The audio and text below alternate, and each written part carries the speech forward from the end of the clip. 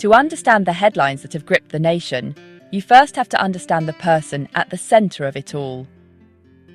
Lucy Letby, born on the 4th of January 1990, grew up in Hereford, an only child in what appeared to be a quiet, ordinary family.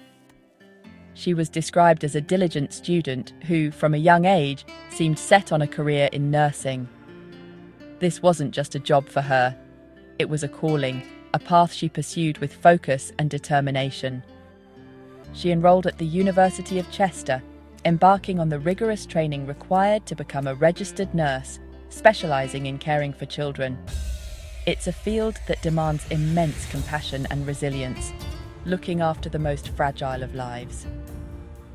Her academic journey was largely successful, and she secured a coveted position at the Countess of Chester Hospital after qualifying in 2011. She began working in the neonatal unit, a high-pressure environment dedicated to premature and critically ill newborns. Colleagues initially saw her as a competent and dedicated member of the team, someone who was always willing to take on extra shifts. She was involved in charity fundraising for the unit and even appeared in local newspaper articles as a face of the hospital's dedicated nursing staff. On the surface, she was everything you would want a neonatal nurse to be: committed, hardworking, and deeply invested in her role. However, a detail from her training record, which later emerged, offered a more complex picture. During one of her final placements, an assessor noted concerns, suggesting she was cold and seemed to lack genuine empathy, leading to an initial failure of the placement. Letby successfully appealed this assessment and went on to pass with a different supervisor, her career path seemingly back on track. This small footnote in her otherwise unremarkable record would later be scrutinised, with people questioning whether it was an early missed warning sign or simply a subjective opinion from one assessor during a stressful period of her training. Looking back, it's this image of normalcy that makes the case so profoundly unsettling. There was nothing in her background to suggest she was capable of the acts she would later be accused of. She lived a quiet life, had a close relationship with her parents, and was well regarded professionally. This stark contrast between the public persona of a caring nurse and the chilling accusations that followed is what makes this story so difficult to comprehend. It forces us to question how well we can ever truly know the people we entrust with our most vulnerable loved ones, and what might lie hidden beneath a seemingly ordinary exterior. The Countess of Chester Hospital's neonatal unit, like any other, was accustomed to the heartbreaking realities of life and death. Caring for babies born months too early or with severe health complications means that, sadly, not every battle can be won. But in the summer of 2015, something changed. The dedicated team of doctors and nurses began to notice a disturbing trend. The number of babies who were suddenly and unexpectedly collapsing was increasing at an alarming rate. These weren't just the most fragile infants. Some were relatively stable babies who would inexplicably deteriorate, their tiny bodies failing without any clear medical reason. At first, these incidents were treated as individual tragedies. Doctors were baffled, searching for an underlying cause, a hidden infection, or some environmental factor within the unit that could explain the sudden surge in deaths and near-fatal collapses. The atmosphere grew tense. Every alarm, every sudden dip in a baby's vital signs sent a ripple of fear through the ward. The staff were exhausted and demoralised, feeling as though they were fighting an invisible enemy. The pattern was erratic but relentless. A baby would be doing well, sometimes on the verge of being discharged, only to suffer a catastrophic event from which they couldn't be revived. The senior doctors on the unit, led by consultant paediatrician Dr. Stephen Brary, became increasingly concerned. They started reviewing the cases, looking for a common denominator. As they pieced together the timeline of events, they noticed a chilling correlation. One nurse, Lucy Letby, seemed to be on duty every single time one of these unexplained collapses occurred. It was a statistical anomaly that was hard to ignore. Initially, the idea that a colleague could be intentionally harming babies was unthinkable, a dark thought that seemed too horrific to be true. It's the kind of suspicion that goes against everything the nursing profession stands for. Despite their growing fears, the consultants' initial attempts to raise the alarm with hospital management were reportedly met with resistance. The suggestion was so monstrous that it was perhaps easier to seek other explanations. Yet, the pattern continued into 2016. More babies died, and more suffered life-threatening events. The doctors persisted, compiling more evidence and formally documenting their concerns.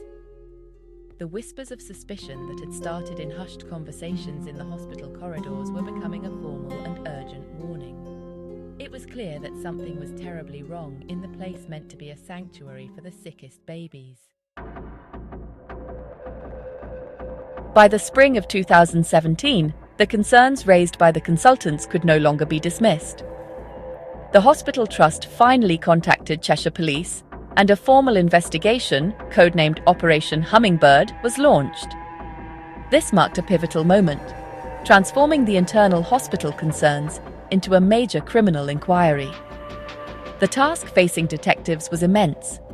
They had to delve into the highly complex and specialized world of neonatal medicine, a field with its own language of complex charts, medical terminology, and delicate procedures. Their job was to determine if these tragic deaths were the result of natural causes and clinical shortcomings, or something far more sinister. The investigation was meticulous and painstaking. Detectives began by reviewing the medical records of dozens of babies who had been cared for on the unit between 2015 and 2016. They worked alongside independent medical experts to understand what had happened in each case. They also began interviewing staff, from nurses and doctors to administrators, piecing together a picture of the unit's culture, procedures, and the events leading up to each tragedy. A key focus of the investigation was the staffing rotas. Detectives painstakingly cross-referenced the times of each collapse with the shift patterns of every staff member, testing the initial theory that one person was always present. The first major public development came in July 2018, when news broke that a female healthcare professional had been arrested on suspicion of murder. That professional was Lucy Letby. She was taken into custody, and her home in Chester was searched by police. The arrest sent shockwaves through the community and the wider NHS. Letby was later bailed, but the investigation continued to deepen. She was arrested again in June 2019 and a third time in November 2020. It was after this final arrest that she was formally charged with multiple counts of murder and attempted murder.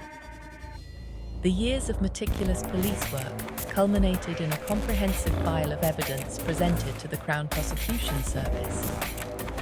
The charges laid against Letby were staggering. She was accused of murdering 7 babies and attempting to murder 10 others. The case was built on a mountain of complex medical evidence, statistical analysis, and witness testimony. The police and prosecutors believed they had uncovered a pattern of deliberate harm, allegedly carried out by a nurse who had been entrusted to care for these vulnerable infants. The stage was now set for one of the longest and most complex murder trials in British legal history. When the trial finally began at Manchester Crown Court in October 2022, the prosecution laid out a narrative that was both methodical and horrifying. They argued that Lucy Letby was not the caring nurse she appeared to be, but a cold, cruel, and calculating individual who had used her specialist knowledge to attack the babies in her care. The prosecutor, Nick Johnson KC, told the jury that Letby was a constant malevolent presence on the neonatal unit during the period when the deaths and collapses spiked. He presented a case built not on a single piece of direct evidence, like a confession or a clear CCTV recording, but on a compelling web of interlocking circumstantial facts. The prosecution detailed the various methods they believed Letby used to inflict harm. These were subtle and difficult to detect, often mimicking the symptoms of natural medical crises in premature babies. The primary method, they argued, was the injection of air into a baby's bloodstream or stomach, known as an air embolism. This could cause a baby's circulation to collapse and lead to a distinctive, but not always definitive, skin discoloration. Other alleged methods included poisoning 2 infants with insulin, overfeeding others with milk, and inflicting physical trauma. These acts, the prosecution said, were carried out with a level of clinical knowledge that made them almost invisible. A crucial piece of evidence for the prosecution was the staffing rota analysis. They presented charts to the jury that starkly illustrated how Lucy Letby was the one common factor, the only person present at every single one of the suspicious events included in the indictment. While other nurses and doctors came and went, her presence was the constant thread linking the tragedies. They also pointed to text messages Letby sent to colleagues and entries in her personal diary. Most notably, they highlighted a series of handwritten post-it notes found in her home after her arrest. One note contained the chilling words, "I am evil, I did this, and I killed them on purpose because I'm not good enough to care for them." The prosecution argued these notes amounted to a confession. They painted a picture of Letby as someone who sought attention and drama, thriving on the chaos created when a baby collapsed and the emergency crash team rushed in. They suggested she enjoyed playing God with the lives of the infants. They also presented evidence of her unusual behavior, such as searching for the families of the babies she had allegedly harmed on social media, sometimes just hours after their deaths. The cumulative weight of this evidence, the prosecution argued, led to the inescapable conclusion that Letby was responsible for a calculated and wicked campaign of murder and attempted murder. Throughout the long trial, Lucy Letby's defense team, led by Ben Myers KC, mounted a robust and multifaceted rebuttal to the prosecution's case. Their core argument was that there were no murders at all. Instead, they contended that the cluster of deaths and collapses at the Countess of Chester Hospital was a, tragic coincidence caused by a confluence of other factors. Mr. Myers portrayed Letby not as a malevolent killer, but as a dedicated and hard-working nurse who was simply in the wrong place at the wrong time. He argued she was being unfairly blamed for systemic failures within the hospital and the inherent risks of neonatal care. The defense systematically challenged the medical evidence presented by the prosecution. They argued that the causes of death attributed to Letby's alleged actions, such as air embolisms, were not definitive. They presented their own expert witnesses, who testified that the symptoms observed in the babies could have been caused by natural disease processes, complications of prematurity, or even suboptimal care from the hospital itself. They suggested that in a busy and understaffed unit, mistakes could happen, and that it was unfair to interpret every unexplained event as a deliberate act of harm. They worked to create doubt around the certainty of the prosecution's medical experts. A key part of the defense strategy was to paint a picture of the neonatal unit as a system under immense strain. They highlighted issues with staffing levels, hygiene problems, and a lack of adequate equipment. The defense argued that the unit was not properly equipped to handle the level of acuity of some of the babies it was admitting, creating a high-risk environment. They suggested that the consultants, unable to find a clear medical explanation for the rise in mortality, had unfairly latched onto Letby as a convenient scapegoat. The correlation of her presence, they argued, was a classic case of correlation does not equal causation. Regarding the handwritten notes, the defense offered a very different interpretation. They argued that the notes, like "I am evil, I did this," were not a confession of murder, but the anguished writings of a woman in deep distress. They were, Mr. Myers suggested, the outpourings of a dedicated nurse who felt responsible because she hadn't been able to save the babies in her care, reflecting her mental anguish and self-blame in the face of overwhelming tragedy. The defense maintained that Letby's social media searches were not a sign of morbid obsession, but a normal human response for a carer wondering how a family was coping with their loss. Their entire case rested on the premise that Letby was the victim of a terrible injustice. After more than 9 months of hearing complex and often harrowing evidence, the jury at Manchester Crown Court retired to consider its verdicts in the summer of 2023.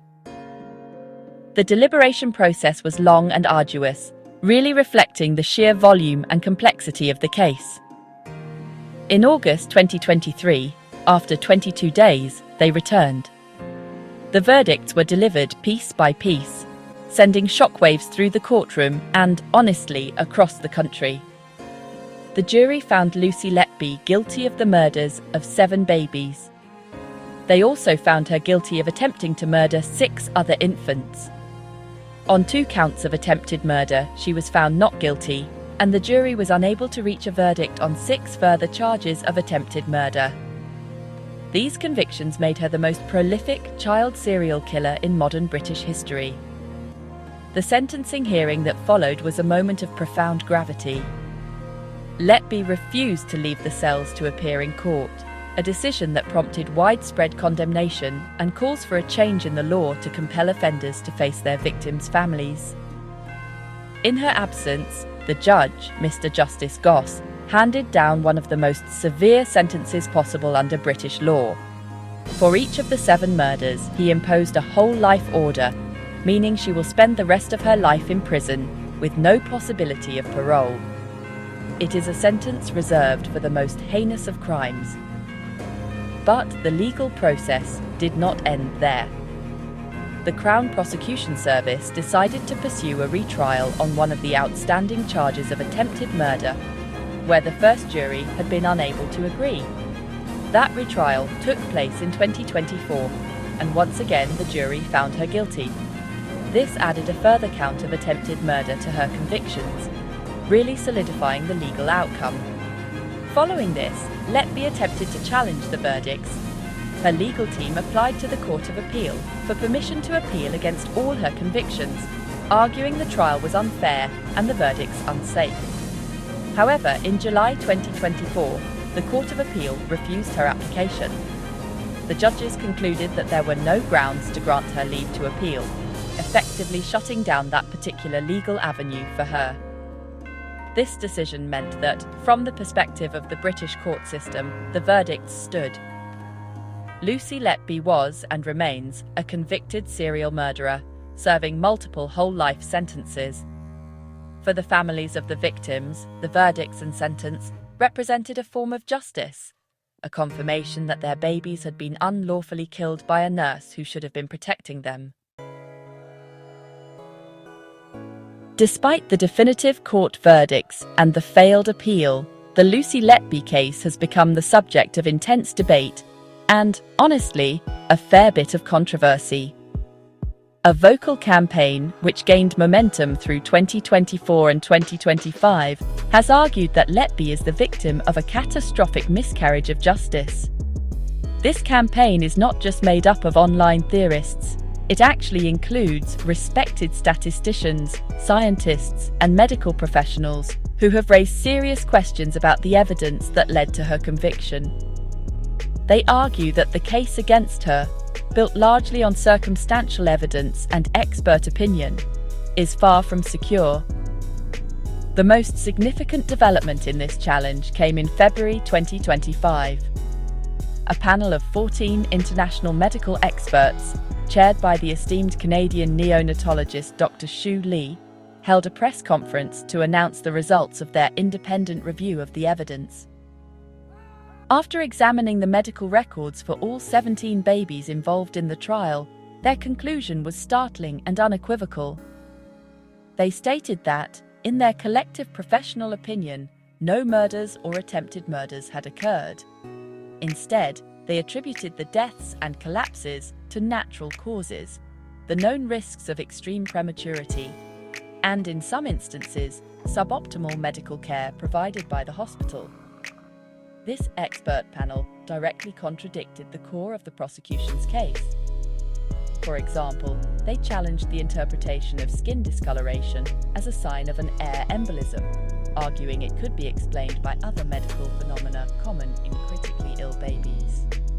In a notable twist, Dr. Xu Li, whose own academic paper from 1989 on air embolisms had been cited by the prosecution at trial, stated that he believed his work had been misinterpreted to support their theory. The panel's detailed report was submitted to the Criminal Cases Review Commission, the independent body responsible for investigating potential miscarriages of justice. The findings have created a deep and, honestly, troubling divide. On one side, you have the jury's verdicts, the court's judgment, and the families of the victims who believe justice has been served. They have described the panel's intervention as a rehash of arguments already heard and rejected at trial. On the other side, you have a growing body of expert opinion suggesting that the scientific evidence is, at best, ambiguous, and that an innocent woman may have been wrongly convicted based on flawed interpretations and statistical correlations. This has left the public with two competing and irreconcilable narratives about what really happened on that neonatal unit. Separate from the criminal proceedings and the ongoing debates about the safety of the convictions, a major public inquiry was launched to examine the broader context of the case. The Thirlwall Inquiry, a statutory inquiry led by the senior judge Lady Justice Thirlwall, began its work in September 2024.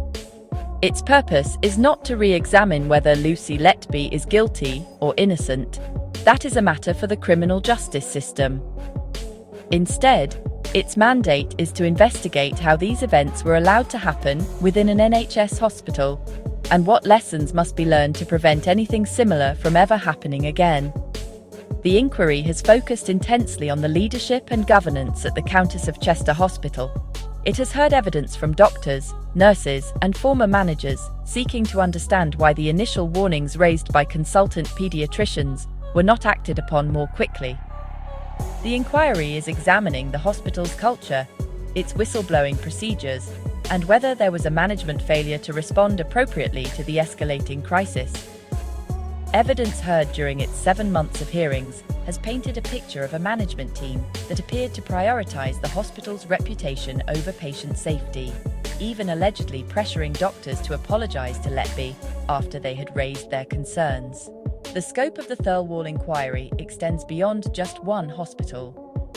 It is tasked with looking at the wider NHS system, including the effectiveness of regulatory bodies like the Care Quality Commission and the Nursing and Midwifery Council. It seeks to answer critical questions about oversight and accountability in the health service. How can the system better detect patterns of harm? What mechanisms should be in place to ensure that concerns raised by frontline staff are taken seriously and investigated immediately? The inquiry's findings, which are expected to be published in early 2026, are anticipated to have far-reaching implications for how hospitals are managed across the country. Alongside the public inquiry, a separate police investigation, codenamed Operation Duet, has been looking into potential corporate or gross negligence manslaughter by hospital leaders. In a significant development in January 2026, 3 former senior managers from the hospital were arrested on suspicion of gross negligence manslaughter and subsequently bailed. This signals that the accountability for the tragedies at Chester may extend beyond Lucy Letby herself, placing the actions and inactions of those in charge firmly under the legal spotlight. The inquiry and this police investigation are both geared towards ensuring that any systemic failures are fully exposed and addressed. As of today, January 9, 2026, the Lucy Letby case remains a story with no simple conclusion. It has fractured into 2 parallel realities. In the eyes of the British legal system, she is a convicted murderer serving 15 whole life sentences. But in the court of scientific and public opinion, a profound and troubling doubt has taken root. The ongoing review by the Criminal Cases Review Commission, which is considering the report from the International Expert Panel, holds the key to the next chapter. If the CCRC decides there is a real possibility the Court of Appeal will quash the conviction, it can refer the case back for a new hearing. This process, however, is slow and the outcome is far from certain. This case has exposed deep anxieties about trust. Trust in our healthcare system, trust in our legal process, and trust in the very idea of expert evidence. The trial relied heavily on the interpretation of complex medical data, and the subsequent challenge from another group of experts shows just how subjective that interpretation can be. It raises the question of whether a jury of laypeople, no matter how diligent, can ever be expected to navigate such a highly specialized and contested scientific landscape to reach a verdict that is beyond all reasonable doubt. The reliance on circumstantial evidence, like the staffing rotas and the handwritten notes, has also been heavily scrutinized. For the families of the babies who died or were harmed, the ongoing debate is a source of immense pain, prolonging their agony and forcing them to relive their trauma. They hold to the jury's verdicts as the definitive truth of what happened to their children. Conversely, for Lucy Letby and her supporters, the fight is for what they believe is her life and her name, a battle against a conviction they see as one of the greatest miscarriages of justice in modern history. The case has become a stark illustration of how the legal standard of beyond reasonable doubt can sometimes feel unsettlingly fragile when faced with complex scientific argument. Ultimately, the Lucy Letby saga forces us to confront uncomfortable questions. It is a story about the vital importance of patient safety and the catastrophic consequences when systems designed to protect us fail. It is a story about the immense power and responsibility of the justice system and the devastating impact when it gets things wrong, or when a significant portion of the expert community believes it has. Whatever the final outcome of the CCRC review and any potential future appeals, this case will be studied for decades to come as a cautionary tale about the fallibility of institutions and the elusive nature of absolute truth.